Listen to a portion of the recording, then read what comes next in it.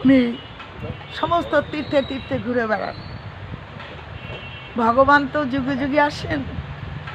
শাস্ত্রে দেখেছেন যে গীতায় বলেছেন, ইয়াদা ইয়াদেহি ধর্মস্য গ্লানির্ভবতি ভারত অভ্যুত্থান অধর্মস্ম তদাত্মনং সৃজিয়মহম পরিত্রাণেয় সাধুনাং বিনাশায় চ চতুষ্কৃতম ধর্ম সংস্থাপনার্থ সম্ভব আমি যুগে যুগে যুগে আসি।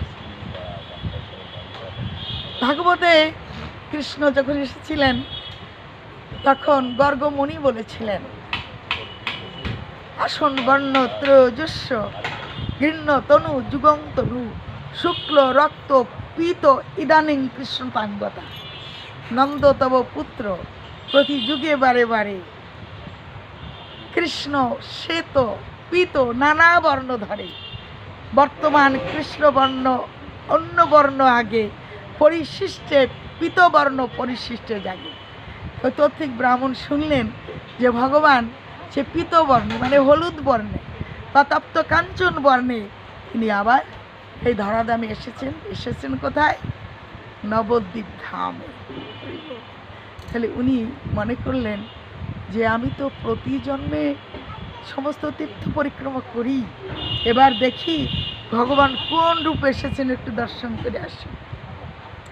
ওনার ঝোলার ভিতরে ছোট্ট একটা গোপাল, সবসময় গোপালকে নিয়ে চলেন থাকেন। গোপালের সেবা না হলে উনি আর সেবা করতে পারেন না। যারা গোপালের ভক্ত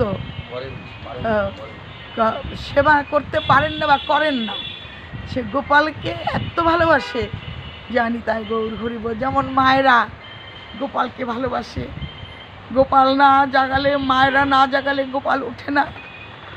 হরি বল। মায়েরা বলে আমার গোপালকে না খাওয়ালে আমার গোপালের পেট ভরে না। গোপাল আমার গোপাল, আমার গোপাল।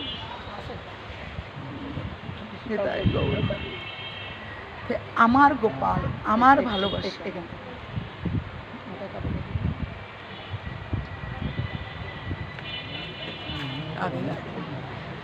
জানি তাই এই যে আমার আমার এই যে ভালোবাসাটা, এই শুদ্ধ সাত্ত্বিক ভালোবাসা, যে তোমাকে বাসিব ভালো এই ভিক্ষা চাই, তুমি বাসো কিনা বাসো বন্ধু তাতে দুঃখ নাই।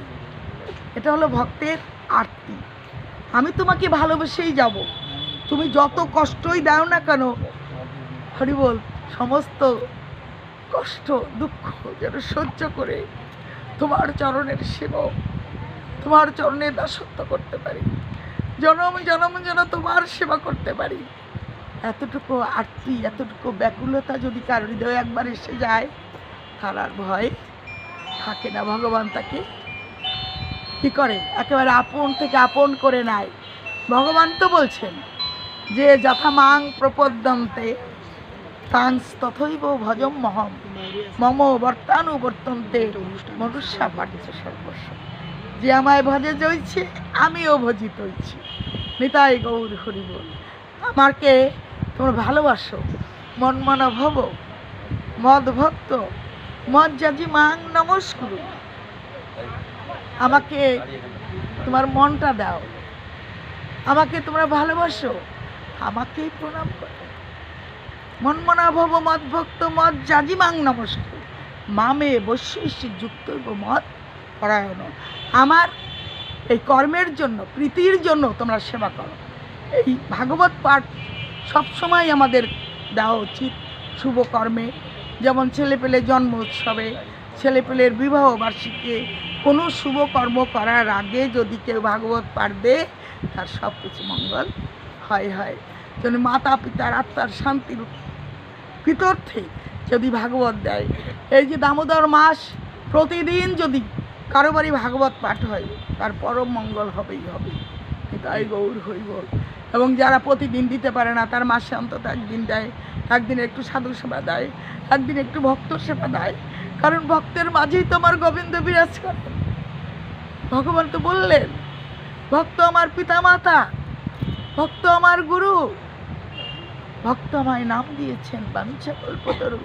আরো বলেন ভগবান ভক্তের দ্রব্য প্রভু কারি কারি খায়, অভক্ত বহু দ্রব্য দিলে উলটে না যায়। আগে আমাদের ভক্ত হতে হবে, ভগবানের পিতর্থে একটু কষ্ট করতে হবে, একটু ভোর রাত্রে উঠতে হবে, বসে বসে জপ করতে হবে, তার ধ্যান করতে হবে, তার চেতনায় আনতে হবে। এই দুর্লভ জন্ম পেয়েছি, আর পাবো কি না, আবার কি সামনের বছর এই নিয়ম সেবা আসবে, ভাবনাটা ভাবতে হবে। নাটকের মঞ্চ যে কোনো সময় ভেঙে যেতে পারে। স্বপ্ন মায়ে যথা দৃষ্টং গন্ধর্বং নগরং তথা তথা বিশ্বমিদং দৃষ্টং বেদান্ত বিচক্ষণই। যারা বুদ্ধিমান, যারা বিচক্ষণ, তারা সকাল সকালই গোবিন্দের চরণে শরণাগত হয়। শরণ নিলে কিন্তু মরণ হয় না। নিতাই গৌর হরিবল। এই তথ্যিক ব্রাহ্মণ সত্যভানু তিনি গোপাল নিয়ে ঘুরে বেড়াচ্ছেন। আজ 2 দিন গোপাল উপবাস। কোথাও গিয়ে ভগবানের একটু ভোগ লাগাবেন এমন জায়গা পাচ্ছেন না। ঘুরতে ঘুরতে আমার মহাপ্রভু জগন্নাথ মিশ্রের বাড়ির পাশ দিয়ে যাচ্ছেন। মা সকালবেলা গোবর ছাড়া দিয়ে উঠান ঝাড়ু দিচ্ছেন, কারণ ভক্ত দেখলে কিন্তু চেনা যায়, তাই না? ভক্তের বদন দেখলেও চেনা যায়, আর সাধু দেখলে মনের ভিতরে একটা আনন্দ হয়। তো মায়ের ললাটে তিলক, গলায় কণ্ঠী দর্শন করে ওই বিপ্র মনে করলেন আজ বোধহয় আবার গোপালের একটু সেবা হবে। তখন গিয়ে বলছে বাঞ্ছা কল্পতরুভ্যশ্চ কৃপা সিন্ধুভ্য এবচ পতিতানাং পাবনেভ্য বৈষ্ণবেভ্যো নমো নমঃ। মাগো তোমার চরণে প্রণাম। আর মা সচিমা বললেন কি, এখনো পরম বৈষ্ণব। উনি দণ্ডবত মানে ষষ্ঠাঙ্গে প্রণাম না করে এমনি পঞ্চ অঙ্গে প্রণাম করে বললেন, বাবা আপনি আমায় প্রণাম জানাচ্ছেন কেন? আপনি প্রণম্য, আপনি সন্ন্যাসী, আপনি পরম বৈষ্ণব। আমার পরম সৌভাগ্য যে আপনি আমার আঙিনে এসেছেন। অনেক ভাগ্যের ফলে বৈষ্ণব সে মেলে। অনেক ভাগ্য না হলে তার বাড়িতে কিন্তু ভক্ত যায় না। নিতাই গৌর হরিবল। আমার কি সৌভাগ্য। পাদ্য অর্ঘ্য দিয়ে বসালেন, বাবার চরণ জল করলেন, আর বললেন বাবা আপনি এখানে অপেক্ষা করুন, আমি আপনার সেবার ব্যবস্থা করছি। বলছি কি, ও মা শোনো, মা শোনো, আমার গোপাল 2 দিন অন্ন পায় না। আমি মনে করছি এই ভক্ত বাড়ি এসছি, এখানে একটু অন্নের ব্যবস্থা হবে, একটু দিবে মা? বলে কি বলছেন বাবা, নিশ্চয়ই দেবো। তখন কি করলেন, গোয়াল ঘরে নিকিয়ে ভালো করে গোবর টোবর দিয়ে নিকিয়ে ওখানে নতুন হাঁড়ি, কড়াই টড়াই সব কিছু এনে দিয়ে বলছেন, সবজি টবজি এনে দিলেন, বললেন বাবা আপনি রন্ধন করুন। তো ঠিক ব্রাহ্মণের খুব আনন্দ হলো। আজকে কতদিন, 2 দিন উপবাসী, 2 দিন পরে আজকে আবার গোপালের ভোগ লাগবে, এবং ভোগের প্রসাদ আমিও পেতে পারবো। রান্না বান্না করে যখন ভোগ নিবেদন করেছে বালগোপাল মন্ত্রে, হে বালগোপাল তুমি এসো, তুমি ভোগ গ্রহণ করো। গোপাল যতই ঘরে প্রতিষ্ঠিত থাকুক তবু না ডাকলে কিন্তু খাবে না। তুমি যত দূরেই থাকো, মানসিক এই গোপালকে তুমি ডাকলে গোপাল তোমার ভোগ গ্রহণ করবে। বলে এসো গোপাল তুমি গ্রহণ করো। যখনই বলছি তখনই তো ওই নিমাই নামে ওই 4 বছরের বালক ওই গোপাল এসে ওই ভোগ গ্রহণ করছে। তখন চোখ বন্ধ করে তো ভোগ নিবেদন করছিল, এখন জপ চপ শব্দ হচ্ছে যেন কে খাচ্ছে। এখন তাকে দেখি কি এই দুরন্ত নিমাই বলে, ও মা মা আমার গোপালের বুঝি আর ভোগ হলো না। সচিমা কেঁদে কেঁদে বলছে, বাবা আমার ছোট্ট নিমাই, ওর আগে 7 জন সন্তান আমার মারা গেছে, ওর আগে আরেকটা ভাই আছে বিশ্বরূপ, এ আমার জমের মুখে তিতো দিয়ে ওর নাম রেখেছি নিমাই। ও ছোট্ট অবুঝ, ও বোঝে না, আপনি পুনরায় রন্ধন করুন, আর আমি ওকে আর মাসির বাড়ি দিয়ে আসছি। বৈষ্ণব তো দয়াময় হয়, করুণার আধার হয়। তখন বলছে ঠিক আছে, ঠিক আছে, তাহলে যাক, আমি আবার পুনরায় রন্ধন করি। সেই ব্রাহ্মণ আবার সব কিছু নতুন করে রান্না করলেন। তখন প্রায় রাঁধতে রাঁধতে 12টা 1টা বেজে গিয়েছে। নিমাইকে তো মাসির বাড়ি দিয়ে আসছে, আবার ওই কাপড় টুপড় দিয়ে ঘেরা দিয়ে তো ভোগ নিবেদন করছে। গোপাল কিন্তু সবার সামনে খায় না, হরি বল, দরজা দিয়ে ভোগ লাগাতে হয়। আবার ভোগ নিবেদন করছে, ভালো গোপাল তুমি এসো, তুমি সেবা করো। আবার সেই দুরন্ত বালক ভোগ গ্রহণ করছে। এ কি, আবার সেই দুরন্ত বালক?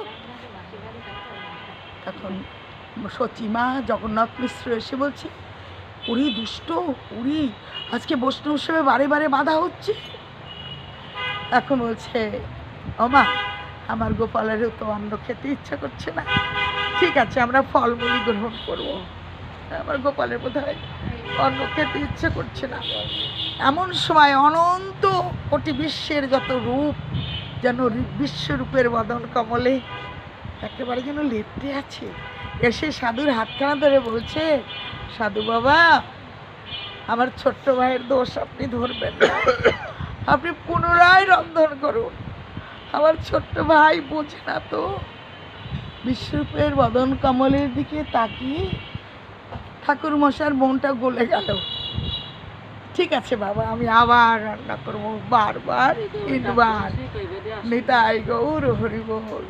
এবার জগন্নাথ মিশ্র কি করেছে, নিমাইকে ঘরের ভিতরে রেখে তালাবদ্ধ করে রেখেছে। তালা ভেঙে তার বেরোতে পারবি না, হরি বল। তখন ওই দুষ্ট ছেলে তো ঘরের মধ্যেই আছে। এই বাবা রান্না করতে করতে রাত হয়ে গেছে, হরে কৃষ্ণ। হ্যাঁ, রাত্র যখন অনেক হলো, যোগমায়ার কৃপায় সবাই ঘুমিয়ে পড়েছে। যখন মাত্র মিশ্র ঘুমিয়ে পড়েছে, সবাই ঘুমিয়ে পড়েছে। এমন সময় উনি ভোগ রান্না করে আবার নিবেদন করছে। নিবেদন করে আবার চোখ বন্ধ করে নিবেদন করছে, আবার ওই গোপাল এসে খাচ্ছে। চিৎকার করে উঠছে, এই রসো রসো, এই ঠিক ব্রাহ্মণ, তুমি আমায় বারে বারে ডাকছো, আমি আসছি, আর তুমি কেন বিরক্ত হচ্ছ? কেন চিৎকার করে আমার মাকে জানিয়ে দিচ্ছ? আমার মা যদি আমায় বকে, আমায় মারে। দেখেন ভক্তকে কত ভয়। তখন বলছে, তুমি না ডাকলে তো আমি আসতাম না, তুমি আমায় কেন বারে বারে ডাকছো? যতবার ডাকছো আমি ততবারই এসছি, আর এলে বিরক্ত হচ্ছে। হরে কৃষ্ণ। তৃতীয়বার ব্রাহ্মণ চক্ষু মুদিয়া নিবেদন করিয়াছিলেন, তখন যোগমা সকলকে মোহিত করে নিদ্রা দিয়ে দিলেন। ওই ব্রাহ্মণ মন্ত্র যে আমাকে আহ্বান করলে আমি দেখা না দিয়ে থাকতে পারি না, ভক্ত যদি আমায় ডাকে আমি দূরে থাকতে পারি না। ভক্তের জন্য আমি সব কিছু করতে পারি, তাই তো আসছি। কেন তোমার মনে নেই, সেই দাপর যুগিয়ে গর্গমুনি হয়ে তোমার এই গোশালায় মা যশোদা যে নিবেদন রান্না করে দিয়েছিল, তখন আমি খেয়েছিলাম না, মনে নেই তোমার? তুমি চিৎকার করে আমার বাবা মাকে ডাকছো, তুমি কিন্তু ভালো কাজ করোনি। দেখো দেখো, তোমার ভক্তিতে আমি পুনরায় বারবার আসছি। তোমার যদি ভক্তি না থাকতো তাহলে আমি আসতাম না। সেইখানে দেখে বিপ্র পরম অদ্ভুত শঙ্খ চক্র গদা পদ্ম অষ্টভুজরু। তখন দেখে কি, সেই শঙ্খ চক্র গদা পদ্মধারী অষ্টভুজ মূর্তি, এক হাতে নবনীত, আর এক হস্তে খায়, আর 2 হস্তে প্রভু আমার মুরলী বাজায়। সরভুজ মূর্তি দর্শন করেছে। শ্রীবৎস কস্তুভ বক্ষে সবে মণিহার, সর্ব অঙ্গে দেখে রত্নময় অলঙ্কার। নবগুঞ্জা বেড়াশিকি পুচ্ছ শোভে শিরে, চন্দ্রমুখে অরুণ অধুর শোভা করে। হাসিয়া দোলায় 2 নয়ন কমল, বৈজয়ন্তী মালা দোলে কমর মকর কুণ্ডল। চরণার বিন্দে শোভে শ্রীরত্ন নুপুর, নখমণি কিরণে তিমির গেল দূর। অপূর্ব কদম্ব বৃক্ষ দেখে সেইখানে, বৃন্দাবনে দেখে নাথ করে পক্ষীগণে। গোপ গোপীগণ চতুর্দিকে দেখে, যাহা ধ্যান করে তাই দেখে পর থেকে। অপূর্ব ঐশ্বর্য দেখি সুকৃতি ব্রাহ্মণ, আনন্দ মূর্ছিত হয়ে পড়িল তখন। কি সৌভাগ্য আমার! আমি সমস্ত তীর্থ পর্যটন করে এসে স্বয়ং ভগবানকে দর্শন করলাম। আর মূর্ছিত হয়ে পড়লেন। যখন ধ্যান ভাঙল তখন আনন্দে জয়ধ্বনি করলেন, জয় বাগল গোপাল, জয় বাগল গোপাল।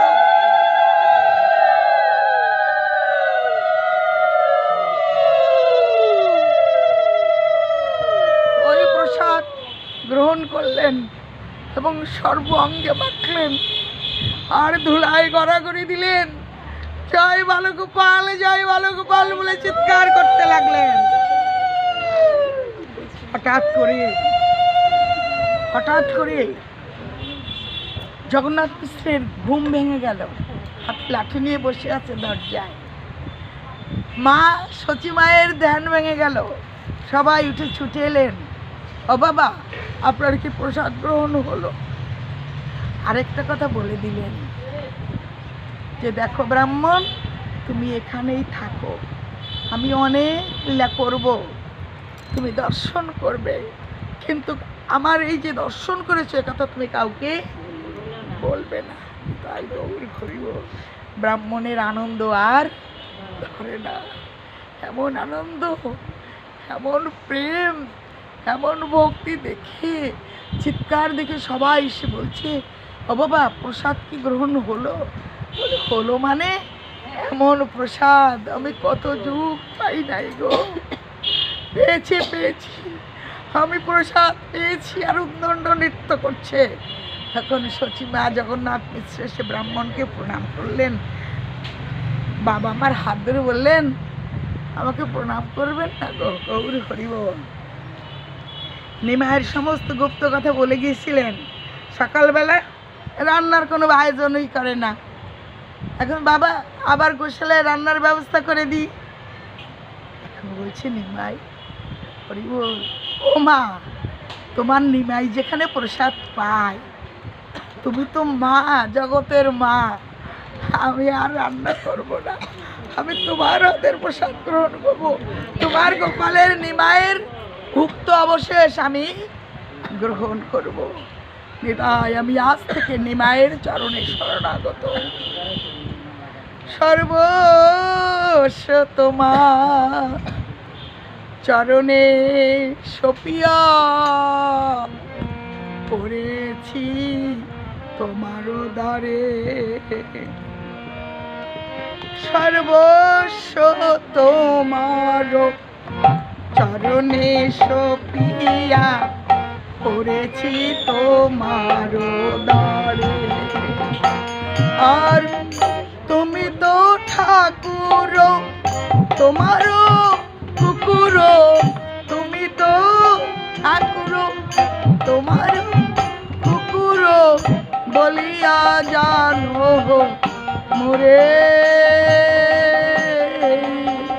বলিয়া জানো।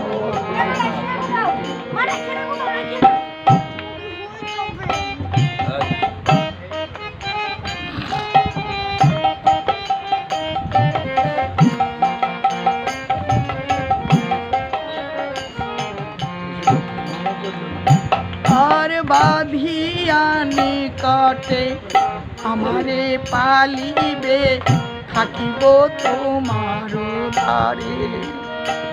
আর প্রতি ভোজনের আসিতে না দিব প্রতিপ গান, রাখিব ঘরের ধারে, রাখিব ঘরের ধারে। আর তব নিজ জন প্রসাদ সেবিয়া উচ্ছিষ্ট রাখিয়া। আর আমার ভোজন পরম আনন্দে, আমার পরম আনন্দে প্রতিদিনও হবে তাহা,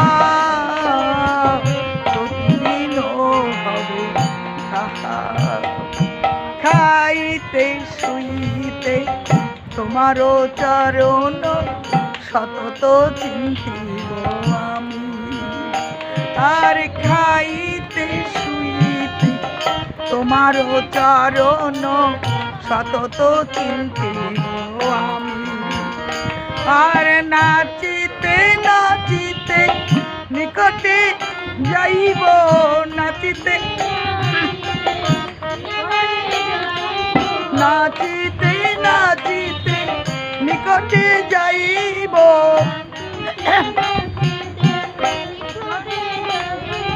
যখন ডাকিবে তুমি, যখন ডাকিবে। আর নিজেরই পোষণ কবু না ভাবিব, নিজেরই পোষণ কবু না ভাবিব, থাকিব ভাবের ঘরে। আর ভকতি বিনোদ তোমারে পালক, ভকতি তোমারে পালক জানিয়া বরণ করে, জানিয়া বরণ। জয় দাও জয় দাও,